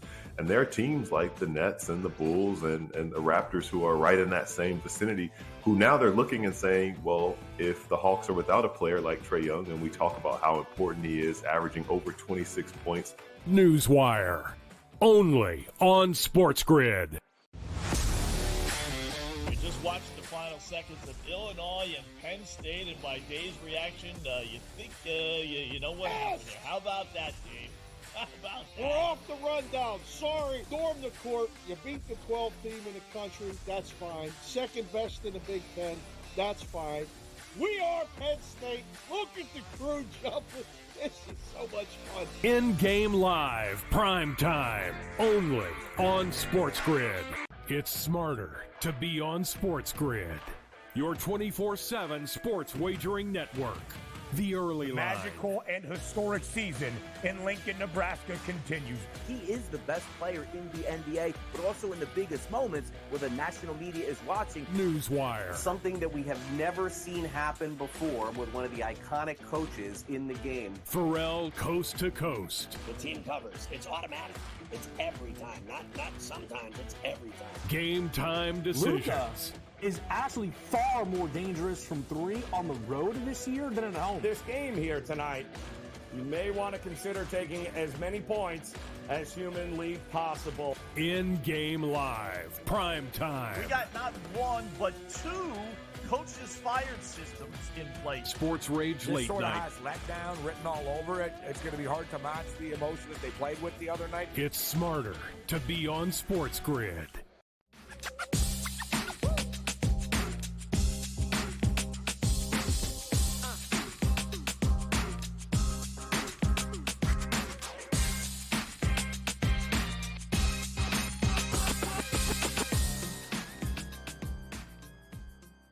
All right, welcome back in Game Time Decisions here on the SportsGrid Network. Joe Raineri alongside our good friend George Kurtz. We're going to talk a little baseball. It's here, like it or not. We've got Major League Baseball spring training in full effect, which means we are just a couple of weeks away from the start of the 2024 season, and we got a lot to cover here. We'll take a look ahead, but the one thing you might notice this season might be maybe some new uniforms popping up. And our good friend Rick Harrow, the sports professor, joined Mike Carver on Coast to Coast earlier today. I can tell you this, somebody is not a big fan here of these new uniforms. Here's what he had to say. Hey, this is a marvelous time of year. Feels like Halloween a little bit early. You've got underwear week in the NFL as everybody heads to Indianapolis for the combine. And now you have see-through uniforms in Major League Baseball. So Fanatics and Nike got together and concocted some of the worst-looking stuff we've ever seen. And frankly, it's now reminding us of 2006. Remember what happened there, where you had these synthetic basketballs that kind of melt in your hand. And the Players Association said, not on my watch, to talk about Mutombo's line. We got the same issues now with baseball. And it is so different because this is not an economic issue. This is an aesthetic and a dignity issue. So all I can say is they better solve it quickly. Yeah, I can tell you that I'm probably not running out to get myself any of these jerseys or uniforms here because for those that might tune in and you catch these, it's interesting, Kurtz. I'd like to say it was a flashback, but it's unlike anything I think we've ever seen in Major League Baseball attire in years past, does it not? See, you're just talking about, okay, the numbers don't look good and the names don't look good on the back, because they're not stitching them on anyway. They're more ironing the stuff on. All right, that's the least of their problems. That's the part that's not aesthetically pleasing. The see-through pants are a problem, all right? And listen, we know how it's going to work. We talk about a whole bunch of 20-year-olds here and 30-year-olds. You don't think they're going to test the boundaries of this? What do you do when someone decides to wear a red thong, or leopard underwear? Yep. And these players will do that. You know that. Or, guys who are, they don't mean anything, but they're guaranteed there are players who go commando, and they're not doing it to make a point. That's how they play. That's what they believe. We all know sports players, and any sport, they're all superstitious. And he's been going commando all his life, or he went 4 before going commando. Guess what? He's doing it again, and it's going to show. It's going to show. They have to fix this, okay? The games in Korea start in, I think, 3 weeks from today or 3 weeks from tomorrow. So you got that time, and then everything else starts a week after that. So they've got to fix it. You have to think they're working on the problem here, but it's just amazing to me. This is Major League Baseball, billions of dollars in industry here, and no one thought to check out the pants to make sure you couldn't see through them. Yeah.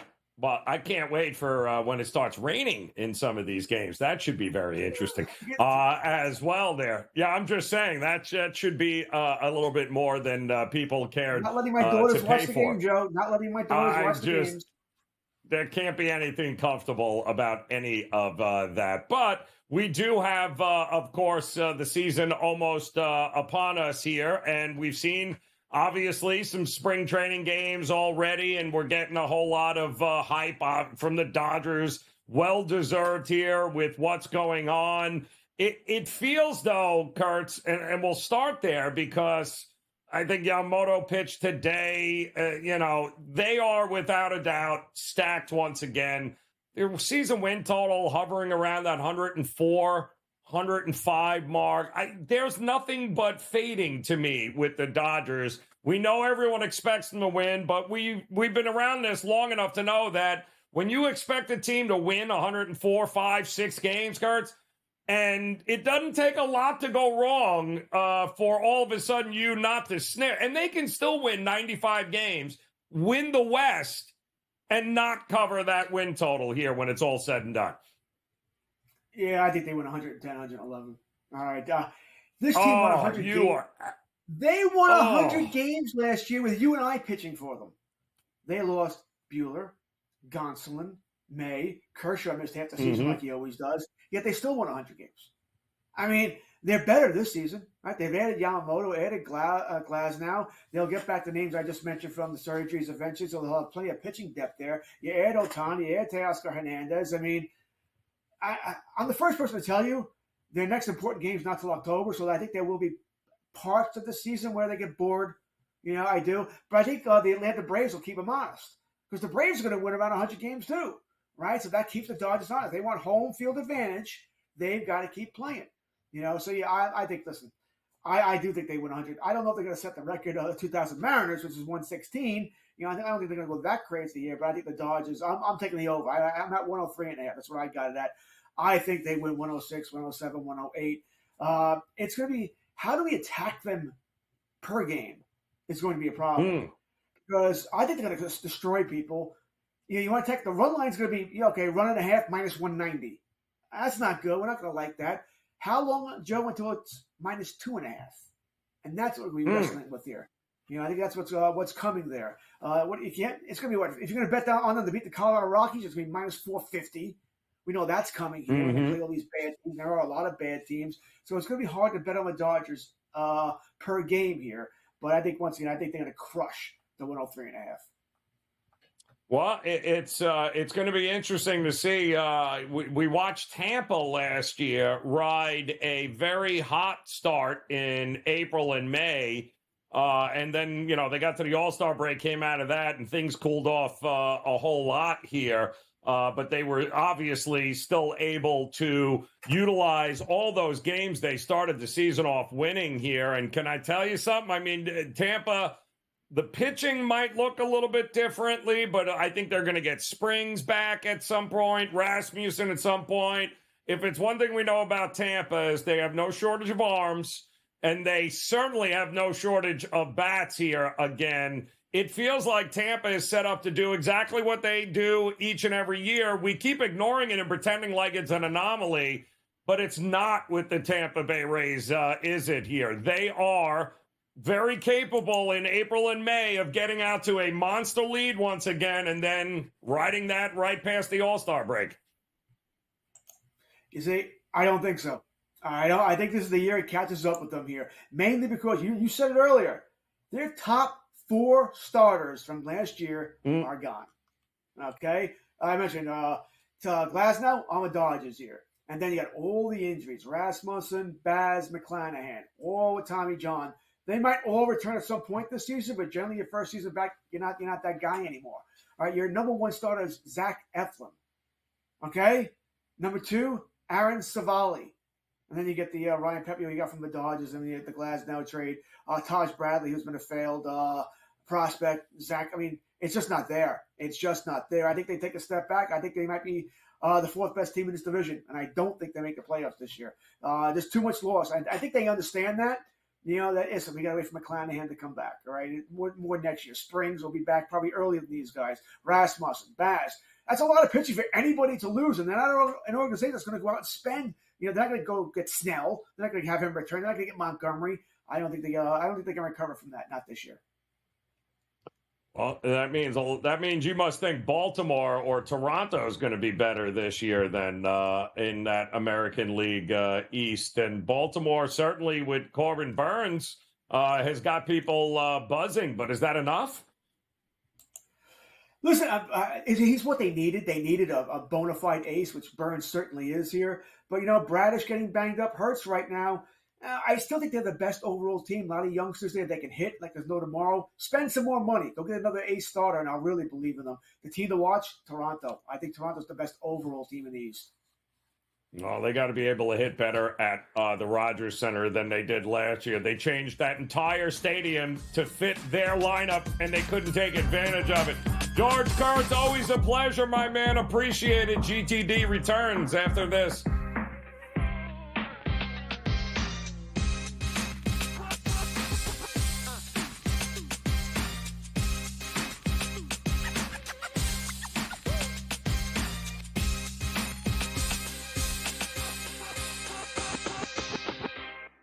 There is going to be an energy to Game Time Decisions that you will feel night in and night out. We're going to go through every single thing, and I've got a great team behind me that's going to help me get the job done. I want this to be the place that people come to. We are going to hit every single one of those markets that you need to know about. There is not going to be a better place, I promise you, than Game Time Decisions. We will have everything at our disposal, and we will use that to our advantage. I'm Kevin Walsh. Tune into Game Time Decisions from 6 to 8 p.m. Eastern on SportsGrid.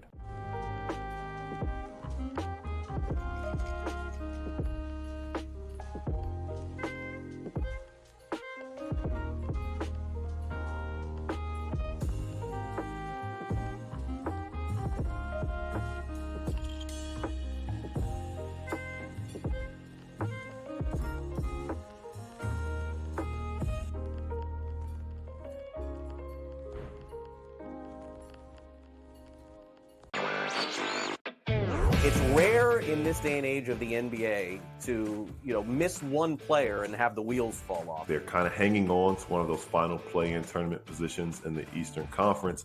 And there are teams like the Nets and the Bulls and the Raptors who are right in that same vicinity, who now they're looking and saying, well, if the Hawks are without a player like Trae Young, and we talk about how important he is, averaging over 26 points. Newswire, only on SportsGrid. Watched the final seconds of Illinois and Penn State, and by Dave's reaction, you think you know what happened there. How about that, Dave? How about that? We're off the rundown. Sorry, storm the court. You beat the 12th team in the country. That's fine. Second best in the Big Ten. That's fine. We are Penn State. Look at the crew jumping. This is so much fun. In-game live, prime time, only on SportsGrid. It's smarter to be on SportsGrid. Your 24/7 sports wagering network. The early line. Magical and historic season in Lincoln, Nebraska continues.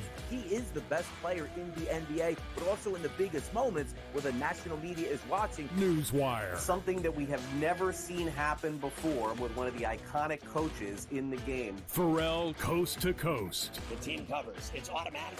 It's every time. Not sometimes. It's every time. Game time decisions. Luka is actually far more dangerous from three on the road this year than at home. This game here tonight, you may want to consider taking as many points as humanly possible. In-game live, prime time. We got not one, but two coaches fired systems in place. Sports Rage This late sort of night. has letdown written all over it. It's going to be hard to match the emotion that they played with the other night. It's smarter to be on SportsGrid.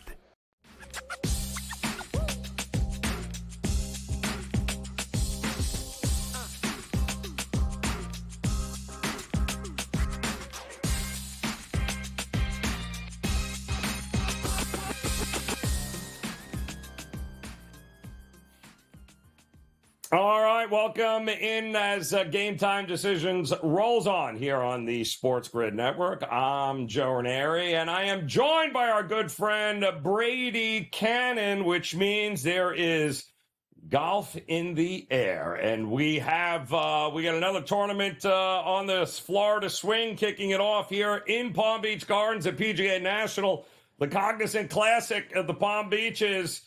Getting ready to tee off tomorrow, and outside of Rory and maybe a handful of other guys, not exactly the biggest draw names in golf there, Brady, but there is a lot of top 50 players in the world that'll be here, just, not of the Rory magnitude, but it doesn't mean that it won't be an event that we can't cash a few tickets on, and maybe that's why we'll be able to cash a few pretty big tickets here because the big names aren't here.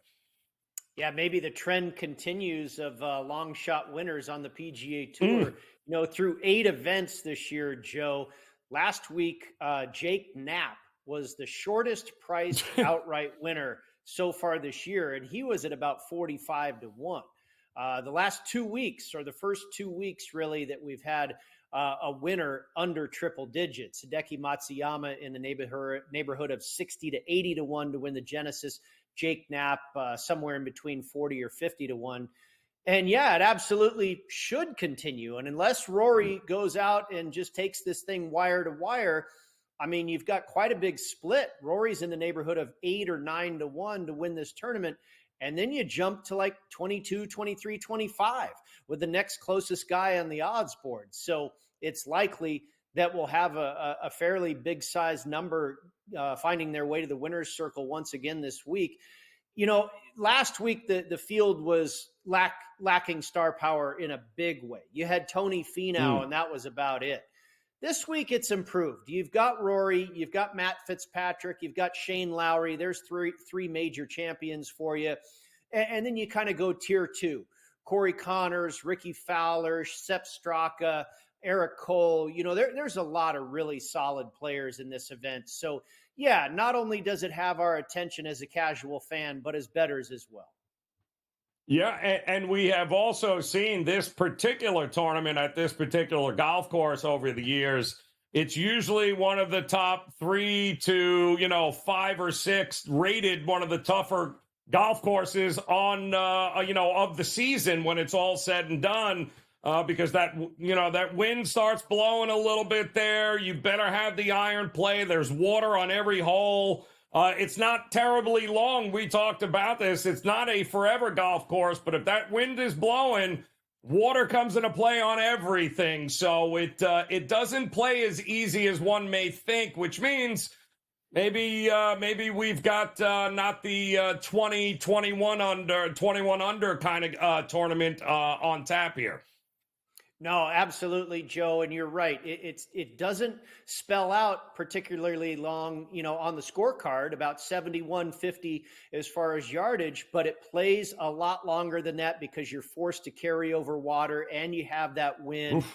So it does play a lot longer. And you're also correct. It is one of the more difficult golf courses on the PGA Tour. It's absolutely a ball striker's paradise. You really have to flush your golf ball around this place. You have to be accurate. You have to have some distance. You have to be able to work it in both directions. Off the tee, on approach, ball striking is paramount. The short game is not as big of a factor this week. It's all about hitting greens on regulation and hope you find a hot putter for a couple of days. And that should be able to get it done. Now, Joe, being in the area there, they've had a lot of rain this year, and some players have talked about it. The golf course is a little bit softer this year, and also they've cut down the rough a little bit shorter. So it may play a little easier than we've seen in the past. Typically, when this was the Honda Classic, you had winners in the single-digit neighborhood, maybe 10 under par. And then last year, we got to 14 under. The Westgate Superbook out here in Las Vegas set the number at 13.5 for a winning score. You can go under or over that.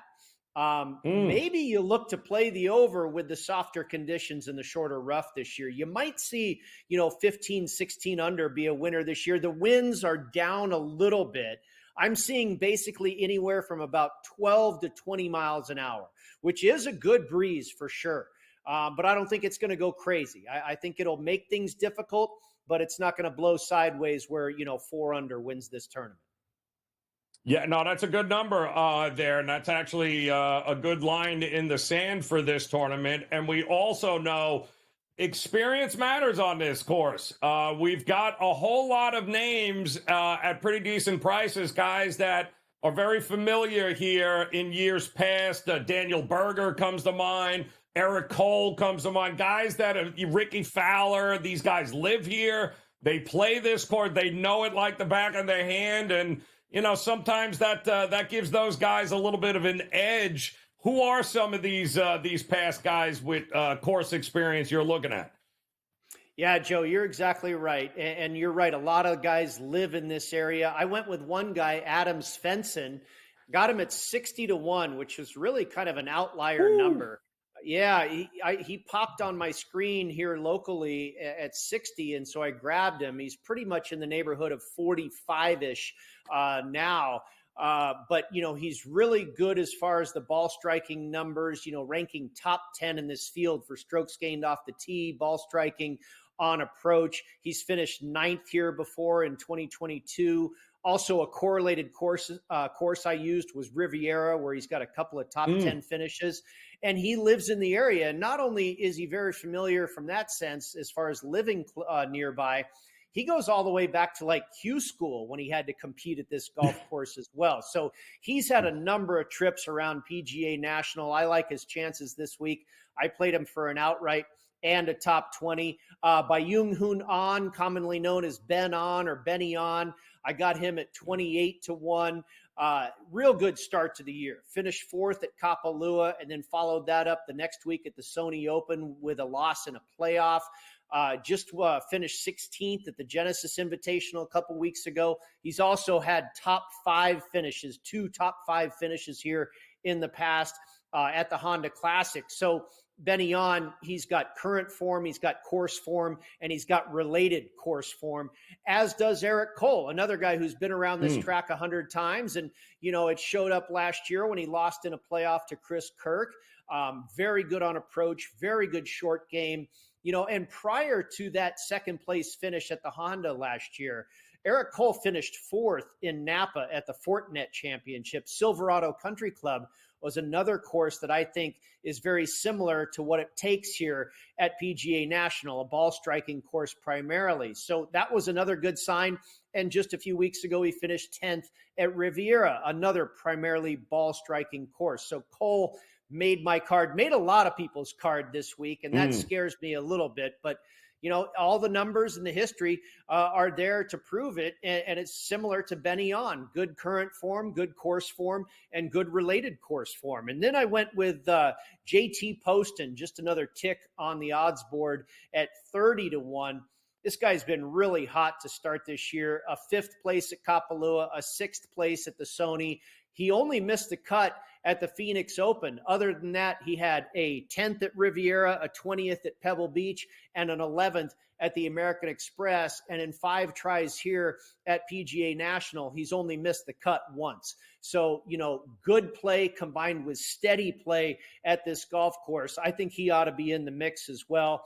And then finally, Matthew Pavone, who we saw win at Torrey Pines, the Farmers Insurance Open there last month, the Frenchman, in only his 4th tour start. This guy's really been getting it done in terms of ball striking. And again, he popped up on my radar this week because of that. In 4 starts on tour this year, he's finished top 10 in 3 of them, including that win at Torrey Pines.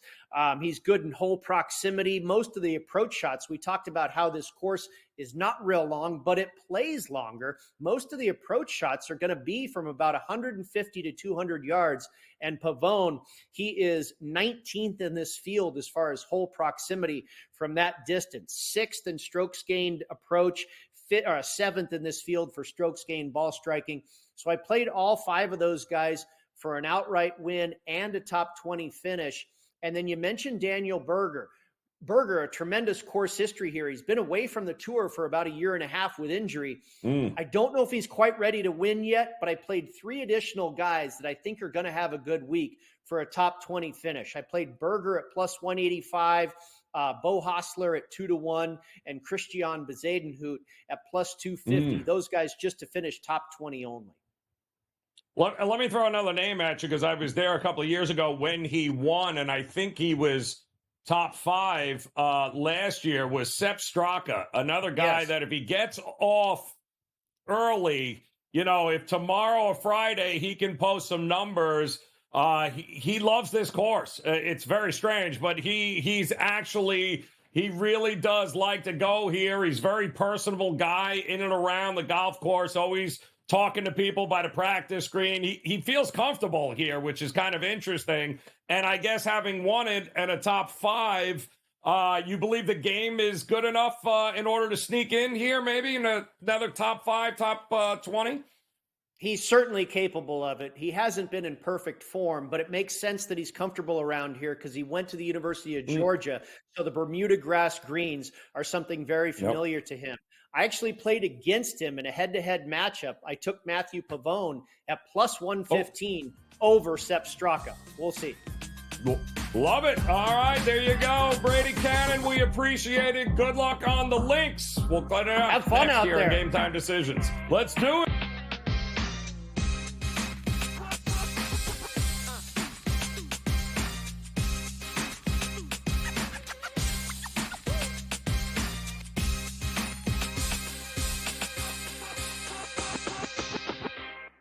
There is going to be an energy to Game Time Decisions that you will feel night in and night out. We're going to go through every single thing, and I've got a great team behind me that's going to help me get the job done. I want this to be the place that people come to. We are going to hit every single one of those markets that you need to know about. There is not going to be a better place, I promise you, than Game Time Decisions. We will have everything at our disposal, and we will use that to our advantage. I'm Kevin Walsh. Tune into Game Time Decisions from 6 to 8 p.m. Eastern on SportsGrid.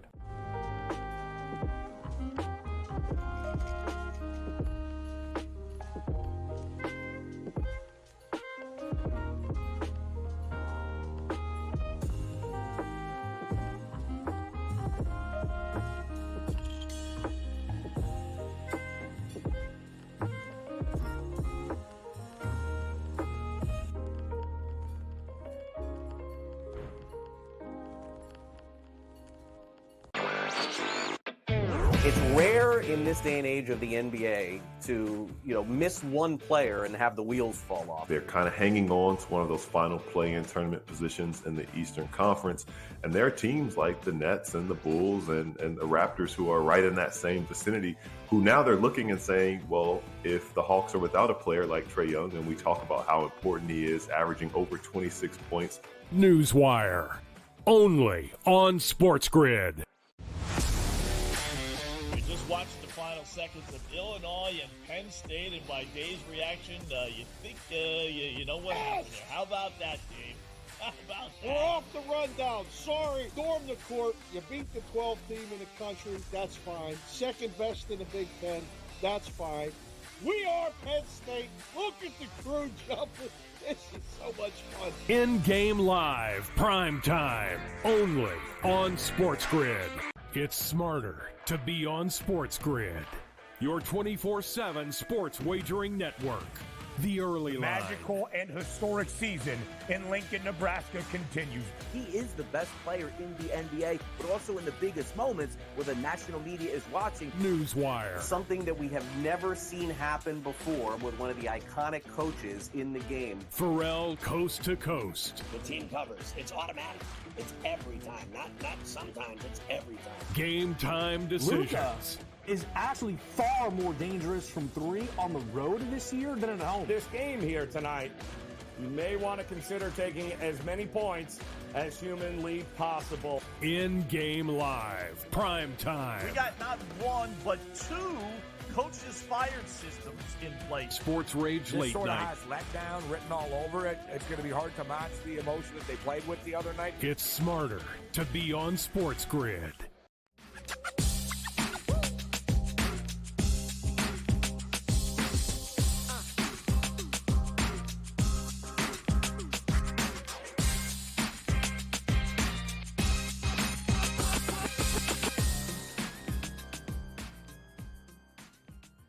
All right, welcome back in. We've got Game Time Decisions here on the SportsGrid Network. I'm Joe Raineri, and I'm joined by the man taking over here at the top of the hour on what is a pretty decent slate of games, over 50 in college hoops. We got 6 NBA games we're going to keep our eye on, not to mention a couple of NHL games here. Scotty Wetzel, Mr. Opposite Picks in the house. And Scotty, we're often running here in the college hoop slate. You and I were just talking, you get 2 top 11 teams going at it with Tennessee taking on Auburn. Certainly a lot of interest in this game in the SEC. I think we were both considering the over, and it's kind of crazy when you're thinking 2 top 11 teams. Like, is anybody playing defense? Probably not in this game here, and I think it's 30-26, still about 4.5 minutes to go. So I do think the over is very, very much in play in this game. Yeah. What's going on, partner? Oh, by the way, you and I back together again Sunday afternoon. Yes. Not sure if they told you that. They didn't tell me. I just noticed it on the sheet, but that's okay. We don't tell Scott. What's the difference? He'll know. His time changed and everything else, but Need to know. Need to know. That's it. Yes. So, we got some good college basketball plays, right? I mean, yes. Great, well, not a great slate, but a ton of games, right? It's hard to weed through all these things, right? But, you pick the teams and the games that you generally play in the conferences, and then you kind of weed them out from there. So that was one I like playing over on Tennessee. Little surprised that line was as low. Little surprised that, Tennessee's a pretty good home team against the spread. But I wasn't ready to lay 6.5, Joe. I said, they know this Auburn team, all these teams now on the bubble. This is when it really gets to crunch time. So I don't know if you noticed it, but I have. Boy, when we do the late shows, we get the Mountain West games a lot of times, right? And there's so many ranked teams. It's a good conference this year, right? And same thing with the SEC, and you want to go with the home favorite now, but man, they're making it so difficult. Like some of these Mountain West teams are favored by 7, 8, 9 points over good clubs. Same thing with Tennessee. Like you're 6.5 over a ranked Auburn team. So I went with the over on that one. I think we're going to get some points when everything is said and done. So we're taking bets. on whether or not Rick Pitino wears the Colonel Sanders suit again, because it worked. It worked really well for them in that game against Creighton, but now they got to go on the road to Butler. So I'm not really all that confident here that they can go back to back. But stranger things have happened. Talk to me about your best bet here tonight in college hoops. What's the one game that stuck out to you the most here tonight?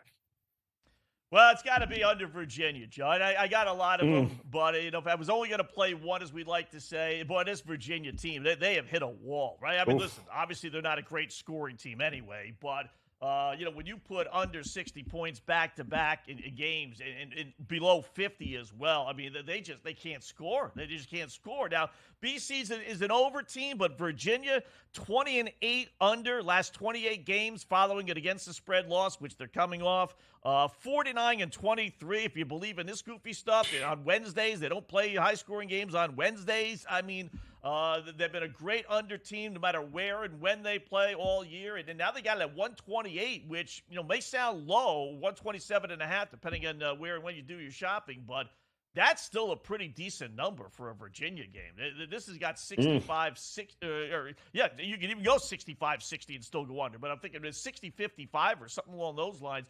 The one thing about Virginia is, unlike with other teams, Joe, when they lose, as they have back-to-back games, they do what they do best. And while most teams would come out flying, high energy, let's pump the ball up and down the court, right? Virginia's the opposite. They're the antithesis. They want to come out and play even better defense. So they gave up 80 points in this little losing streak that they had. So I don't think this was going to go over. I do love the under on this one, 120. Like I said, 127.5, 128, depending on where you do your shopping. Have you, that's 9 o'clock, that game. There's a couple of 9 o'clock games. There's only two late ones, right? I think Oregon State, and then Arizona State hosting Arizona. I can't think of maybe four teams I trust less than those two late games. So something tells me, Scotty, we need to cash the tickets before we get to the 10 o'clock and 11 o'clock games, because trusting Arizona to do anything on the road is hilarious. But, they have them priced as two blowout games, but I always hate these rivalry games. There's a couple of games left. There's clearly a couple of teams who have something to play for, but they got to win by double digits. These last couple of weeks are brutal, Scotty, when you come to these teams that know each other. And of course, same state, in-state rivalries makes it very treacherous. Yeah, I'm going to take a flyer on Arizona State. They're 4-1 in the last 5 games. Yeah, right. I mean, they're at home. They did get walloped by Arizona earlier, but I think that only helps our cause, tonight for them to play, better ball. Like I said, they have played a little bit better of late. Arizona's obviously the much better team, but boy, you want to give me 12.5 at home? I'll take that. They're 5-1 against the spread. Their last 6 games overall are the Sun Devils. 4-1 last 5 as a home underdog. Giving me double digits? Yeah, why not? Well, let's. I like this one, Joe, a little bit better than I do the Oregon State one. That's another, I put so much money on this stinking Oregon team at home in games that they would lose. It drives me nuts. Favorites, so. Yeah, I'm done with I don't know what happened to Dana Altman. I used to think he was one of the best coaches in the country, and just they lose tonight. It's pretty much there'll be no postseason basketball, and then who knows what's going to happen there. We do have a couple of games in the NBA here that are just getting ready to tip off. In fact, they have the Mavericks and the Raptors 14-12. Toronto over Dallas right now in a quick 7-3. Indiana against the Pelicans here. I almost fell over when I found out it was Doncic's 25th birthday today. Yes. Does 25, Scotty? Right? You think he's like 35, right? At least. Yeah. I cannot believe he is only 25 years old. It feels like one of the most accomplished, to this point in his career anyway, one of the most accomplished 25-year-olds that's ever played the game, and I think that's saying something.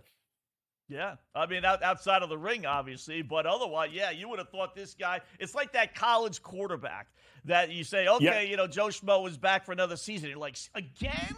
This guy's been playing for this team for 12 years. What do you mean he's got another year, right? And same thing with Luka, 25. It seems like he's been in the NBA for 8 years. And he probably has the way they come into the NBA so soon. So 25, Absolutely yes, you got to play crazy. is over. Right, you could still do it on most of these sites, in-game live. I mean, we've had a good run. We hit with we've hit 2 in a row. With D'Angelo Russell for the Lakers a few days ago, and then who was the last one recently that just hit a day or two ago? So up and over, huh? One for Alex Caruso it's his birthday. Oh, as well it's his birthday Chicago too. Bulls. Yes. Yeah, I don't know if he's playing or not. But, if you want to play, if you want to go down that well, you certainly can do that. But I do like Dallas tonight. The way they lost last night, I love betting on teams that lose that way. Most people think they're down and out, but you know what? Not in the NBA or not in any really sport. They're ticked off that they lost that game. And I think they come out fine. I think they beat a bad Toronto team. So, are you comfortable with the Battle of L.A.? It's hard to. I mean, the Clippers have a new stadium in Inglewood, right? It seems to be the thing, right? Everyone just goes to Inglewood now and builds a stadium and a thing. No Paul George. They have not looked great since the All-Star break, but it's Kawhi Leonard's playing, so Harden's playing. The whole thing about the Clippers is their depth, right? So they should be able to beat the Lakers or not. How are you leaning in this one? Yeah, that and their uniforms. The big thing about their new uniforms, which I don't notice that big a deal, to tell you the truth. Personally, I would stop being the Clippers, Joe, right? I mean, what real ties? Thank you. What, championships? I would be so done with this Clipper and this stench. It's like, no, I don't want to be the Clippers anymore. They have never won. We got the greatest players in the world. They can't stay healthy. There is nothing good about being the Clippers. But anyway, just goofing with that. But I do like LA. I had them Sunday night. They laid an egg against Sacramento, if you remember that, at home. So I know the Lakers and LeBron, they do get up for these games against the Clippers. But, LA, the Clips have actually dominated this series of late. So I'm going to go with LA, bounce back spot, meaning the Clippers. Laying only 3.5. There'll probably be more Laker fans there. I get it. But give me LA just because I had them last time. I'd like to follow up on teams that I had the last time that lost. Oh, that sounds like a lead-in for a system play, Scotty. It is now a Wednesday. Just a couple of more days here in February, which means there's got to be a system play in effect here tonight. So what are you looking at? It's not a great one, but it was going to be Luka. I must admit, we had Luka with the birthday boy, and we had the anti-celebration system last night make its debut going against Wake Forest, with the storming the court and everything, and they lost, so that's a beautiful thing. So I'm going to go with I'm going to buck the trends here and give you one with California getting points at Colorado back to college basketball, just because. Now, I put it in at 10.5, and I saw it shoot up to 13.5, which is a monster jump, right? But I don't know. Golden Bears 7-2 against the spread. Their last 9 is an underdog. Colorado 8-22. Their last 30 games is a favorite in between 7 and 12.5 points, which they still might be, depending on how far the line came back down. They're 2-5 against the spread as Colorado. Their last 7 games overall. And, that's a lot of points between two teams that are 9-8 in the conference for both teams. So you want to give me double digits? Again, it goes back to, some of these point spreads. I really believe, Joe, that, the more the public bets, and I mean like the public, not the wise guys and all that, the more people bet favorites. And I think the books have kind of caught on to that and bumped these lines up 2, maybe even 3 points higher than what they should be. So I'm going to, not really a system necessarily, but give me Cal plus the major points against Colorado. All right, so let me ask you here. We talked about the over with Auburn and Tennessee, 37-36 right now with about a minute and a half to go. So the over still in play, but that number with Alabama and Ole Miss, I think it was 166, 167. Yeah. I can't imagine sweating out an under in that game with those two teams. Yeah, you got to go over, right? I mean, if they don't get to that, no, it's a lot of points, right? But if they don't get to it, it's not because they didn't try, right? I mean, it's just because somehow or another, the good thing about that over is that the, somewhat inferior team, Ole Miss, is at home. So you don't have to worry about Alabama winning 90-70 because Ole Miss lays an egg. Like, they're not going to lay an egg at home, right? So Alabama's going to get their points, and you got to figure Ole Miss is going to get theirs. So, and the other one, Youngstown State laying 19.5 against Detroit Mercy. The game may be underway, but we got to always bet against 1-28 Detroit Mercy, which honestly is not that much better against the spread. 9-19 against the spread their last 28 road games. They stink, obviously. So go Youngstown. 44-26 right now there with 12 minutes left to play. So Youngstown State is on its way to running over Detroit, just like everybody else has there. All right, Scotty Wetzel taking over top of the hour here. Scotty, appreciate it. We'll close it out next year. Game Time Decisions.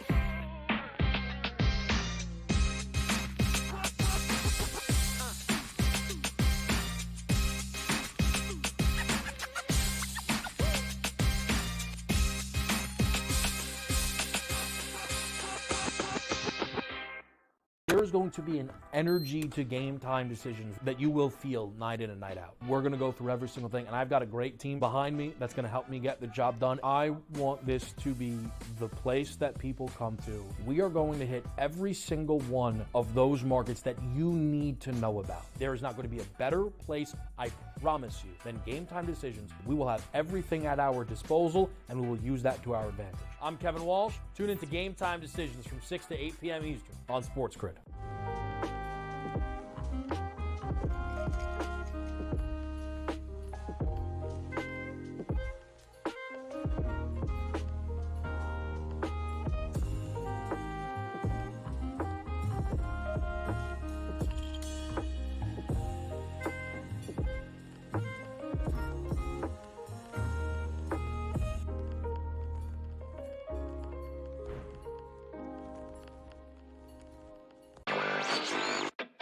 It's rare in this day and age of the NBA to, miss one player and have the wheels fall off. They're kind of hanging on to one of those final play-in tournament positions in the Eastern Conference.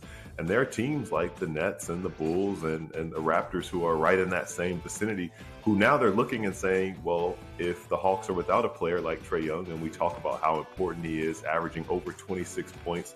Newswire, only on SportsGrid. Watched the final seconds of Illinois and Penn State, and by Dave's reaction, you think you know what happened there. How about that, Dave? How about that? We're off the rundown. Sorry. Storm the court. You beat the 12th team in the country. That's fine. Second best in the Big Ten. That's fine. We are Penn State. Look at the crew jumping. This is so much fun. In-game live, prime time, only on SportsGrid. It's smarter to be on SportsGrid, your 24/7 sports wagering network. The early line. Magical and historic season in Lincoln, Nebraska continues.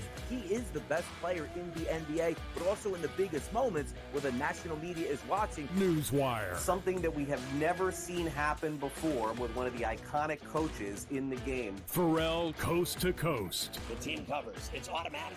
It's every time. Not sometimes. It's every time. Game Time Decisions. Luka is actually far more dangerous from three on the road this year than at home. This game here tonight, you may want to consider taking as many points as humanly possible. In-game live, prime time. We got not one, but two coaches fired systems in place. Sports Rage This Late sort Night. of has letdown written all over it. It's going to be hard to match the emotion that they played with the other night. It's smarter to be on SportsGrid.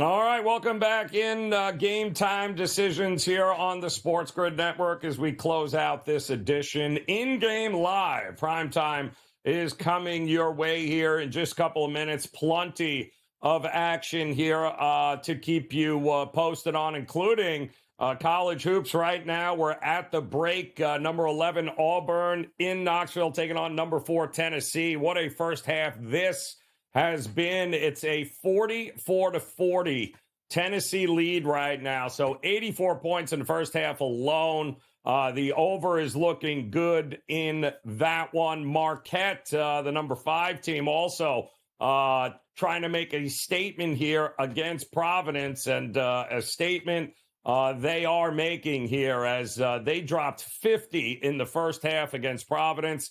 That's a 50-26 score right now at the break. We'll see if Providence can make any sort of comeback here in the second half, but certainly have our doubts with that one. We've also got some NBA games underway here, including the Raptors out in front early against Luka Doncic, the birthday boy, and the Dallas Mavericks. 25-18, Raptors on top in that one. We also have the Pacers in front of the Pelicans, 17-12 in that one. There were some questions as far as whether Zion would go, McCollum. Everybody was questionable in that game for New Orleans. Second of a back-to-back, but everyone's in. Brandon Ingram, McCollum, Valanciunas, Zion, the usual suspects there for the Pelicans in, and Indiana out in front there with about 4 minutes left to go in the first, 17-12. You've got the Bulls trying to wipe the stink of that loss against Detroit last night. Well, they'll have an opportunity to get back here against Cavs. That is coming up in just a couple of minutes, plus plenty of college hoops. That's why In-Game Live Primetime is going your way. Don't go anywhere. We'll see you again tomorrow.